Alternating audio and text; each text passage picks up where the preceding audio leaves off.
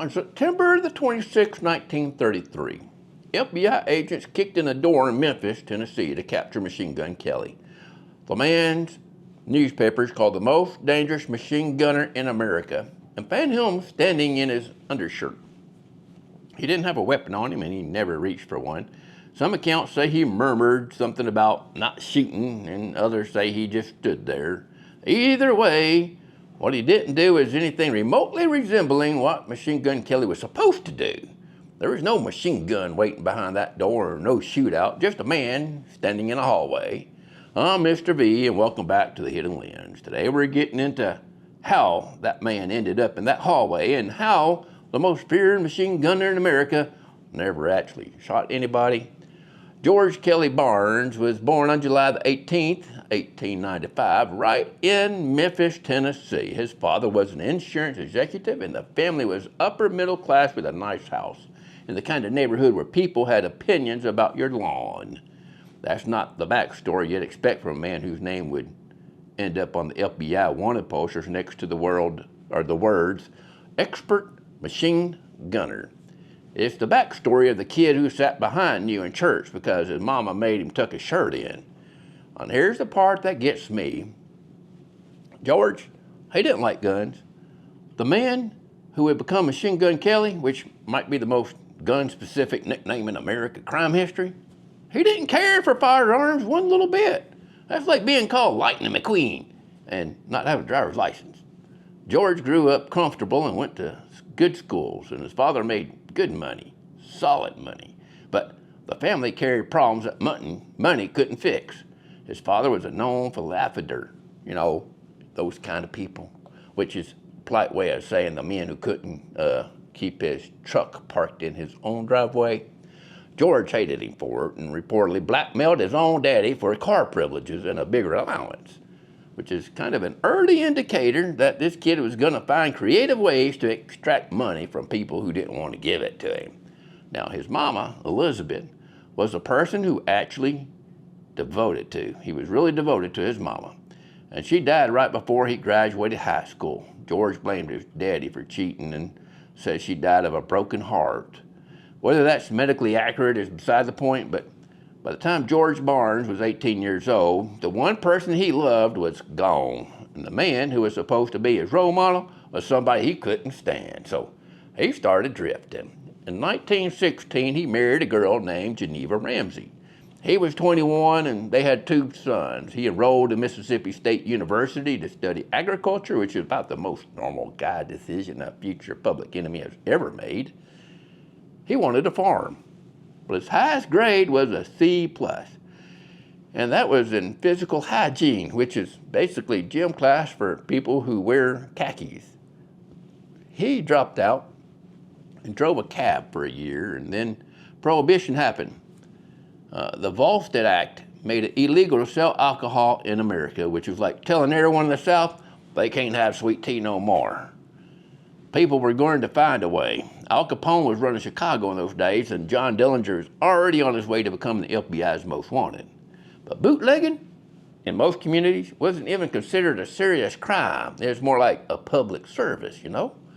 George Barnes started running liquor, and he was pretty decent enough at it, but he wasn't very careful about it. On January 13, 1928, the federal prohibition agents caught him smuggling liquor onto an Indian reservation. He got 3 years in Leavenworth for that federal crime. And by the time he went in, his first wife had already divorced him.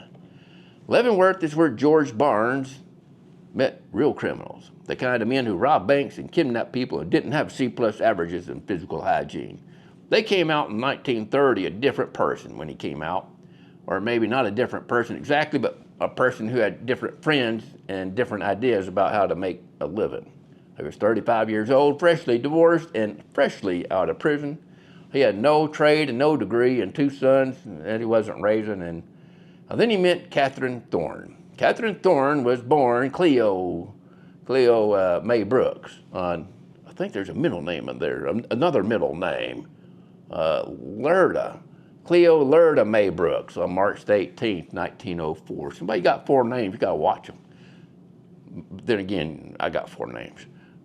but she was born in Sotelo, Mississippi.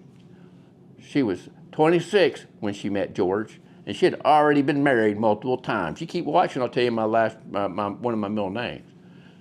Not a middle name, one of my forenames. All right, her second husband was a bootlegger named Charlie Thorne. So let me get back here. She was 26 when she met George. She had already been married multiple times. Her second husband was a bootlegger named Charlie Thorne. I thought it was her third, who turned up shot to death in 1927. The coroner called it a suicide. Charlie couldn't read or write, but he left a suicide note, which could have been, more convincing if Charlie hadn't been illiterate. The day before he died, Kathryn already told a gas station attendant, "I'm bound to Coleman, Texas to kill that damned," she said a few more words than that, "Charlie Thorne." The judge looked the other way. That's the kind of woman George Barnes married in September 1930. That's a lot of damn rambling. Kathryn had a vision for George. She looked at a soft, educated bootlegger who had never been violent with anybody, and she saw a brand opportunity. That's not me exaggerating. That's literally what she did. She bought him a Thompson submachine gun for $250 as a gift. That weapon could fire around 600 rounds a minute, and it was designed to clear rooms, not pick off fixed posts. Most wives get their husbands a nice watch or maybe a few a fishing reel. Kathryn bought George a Tommy gun and told him to go practice shooting walnuts off fence posts out in the countryside until he got good at it. George didn't want to practice, and he didn't much care about the gun, but she insisted, and then she started marketing. She went to speakeasies and underground drinking clubs all across Fort Worth, handing out spent shell cases like business cards and telling people these were souvenirs from Machine Gun Kelly himself. She invented that name and built the whole reputation from the ground up. She bragged that Machine Gun Kelly was so deadly with this weapon, he could write his name on the side of a barn with bullet holes. George himself called the Tommy gun a little stenog, because he said he could write his own. He said he could write his name with it, so he was playing around to some degree. But this was Kathryn operation from the top to the bottom. It was like your wife sets up a social media account for you, right? She calls you the Diesel and starts posting gym photos telling everyone at Costco you can bench press a Ford Ranger. And you just kind of go along with it because she's a little scary and probably your last option too. The Machine Gun Kelly outlaw persona was a marketing campaign run by a woman who had possibly murdered her previous husband. From 1930 to 1933, George and Kathryn pulled off a handful of small bank robbery jobs in Mississippi and Texas. None of us big enough to put you on the front page. This was the same era when Bonnie and Clyde were tearing through the Southwest and Pretty Boy Floyd was robbing banks across the Midwest. The St. Valentine's Day massacre was still fresh in people's memories too. Compared to all that, George Barnes, by most accounts, was a competent but unremarkable criminal. In his entire career, the man called Machine Gun Kelly never fired a single shot at a human being.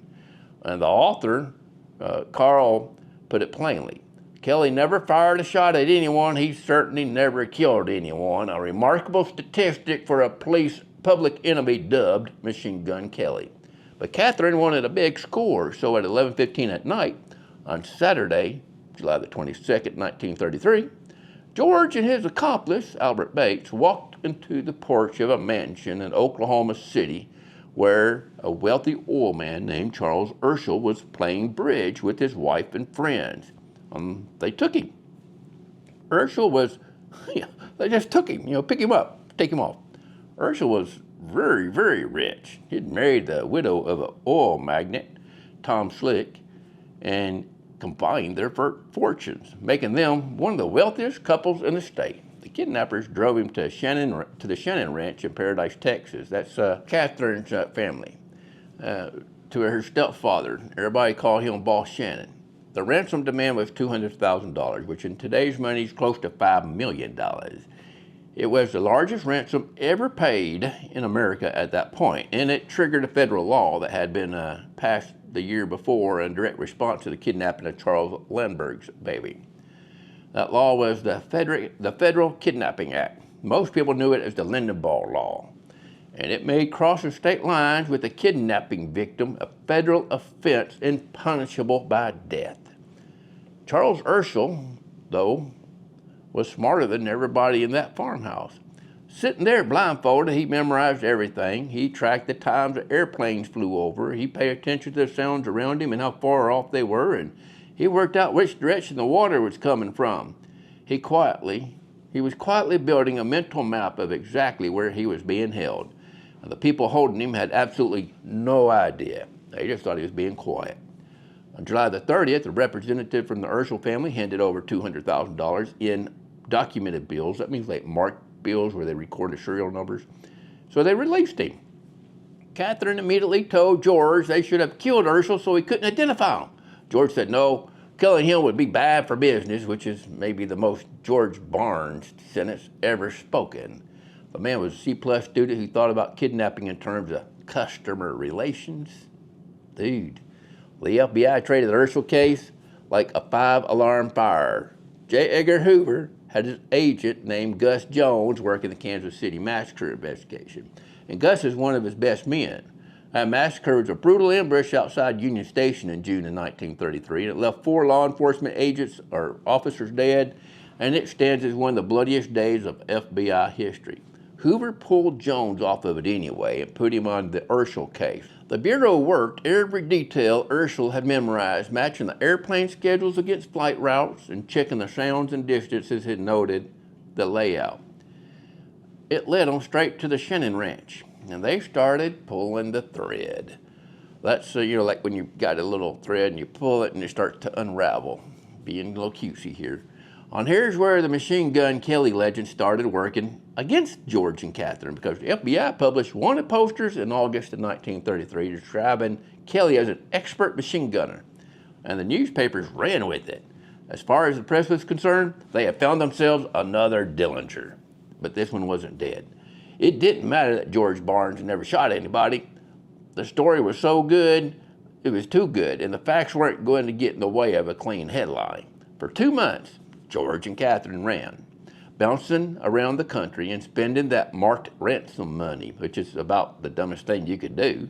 Documented bills means every serial number sits on a list somewhere. They might as well be handing out their home address with every purchase, right? And you do know what else sits on a list somewhere? That like button. So go ahead and click it while it's still in reach. On September the 26th, 1933, the FBI called up with them in Memphis with an early morning raid on Raynor Street. George was standing there in his undershirt, that's like underwear, and he put up no resistance because there wasn't a machine gun anywhere in sight. The legend says he shouted, "Don't shoot, G-Man, don't shoot, G-Man." Well, he coined that term right there in his hallway and handed FBI agents one of the most endearing nicknames. That's almost certainly not true, though. The term was already in circulation, and historians already, the people who examined this, closely believe the line was manufactured by the press or by the FBI itself because it was just too perfect. It made the Bureau sound like the heroes of a radio serial, radio show. They called them serials back then, which is exactly what J. Edgar Hoover needed it to be. On October the 12th, 1933, Judge Edgar Vault sentenced both George and Kathryn to life in prison. Movie cameras were allowed in the courtroom for the first time in American history, and the whole country watched. The Urschel case produced 21 total convictions and stands as one of the most successful federal prosecutions of the era. Most of the other people that were trying to prosecute, they shot them, though. That's how come they didn't prosecute them all the way in the courts, right? It helped transform the FBI from a middling agency into the most powerful law enforcement organization in the country. Within months of the Kelly case, Hoover started arming his agents and training them in combat, and the Bureau began building the infrastructure of what it would eventually become. George Barnes arrived at Alcatraz as inmate number 117. Transferred there on September the 4th, 1934, among the first of the groups of prisoners sent to the Rock. He spent 17 years working there in the laundry and reading books, and on weekends he played bridge, but he didn't get kidnapped. He even served as an altar boy in the prison chapel. By all accounts, he was one of the most cooperative inmates in the facility. His fellow prisoners gave him a new nickname, not Machine Gun Kelly, Pop Gun Kelly, after the court guns that kids play with. A prisoner named Dale Stephill. Remember that Kelly told big fish stories, and that the cons called him Popgun Kelly. Kelly would laugh it off, but the guys, I didn't take him seriously, and I think it got to him. Another inmate named Willie Radke, whose cell sat right next to George's, described him as a deeply reflective, intelligent man who was well liked by most of the population. George Barnes once said on his own family, "My people are good people, even if I turned out to be an awful hill." In 1951, they transferred him back to Leavenworth, where he settled into an office job in the prison. On July the 18th, 1954, on his 59th birthday, George Kelly Barnes suffered a fatal heart attack and died. He spent 21 years behind bars for being Machine Gun Kelly, and Machine Gun Kelly was a character. His wife invented him. The newspapers blew him up bigger than she ever could, and the FBI rode that character all the way to justify its own expansion. And George never killed anybody. Kathryn, after 25 years of her life sentence, she walked out in 1958.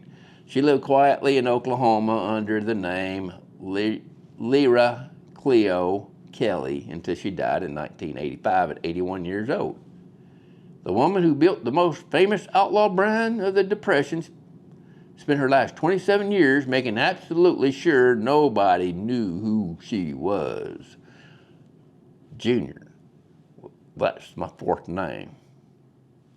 If this one stuck with you, hit that subscribe button so you don't miss the next one. I'm Mr. V, and I'll see you on the next episode of The Hidden Lens.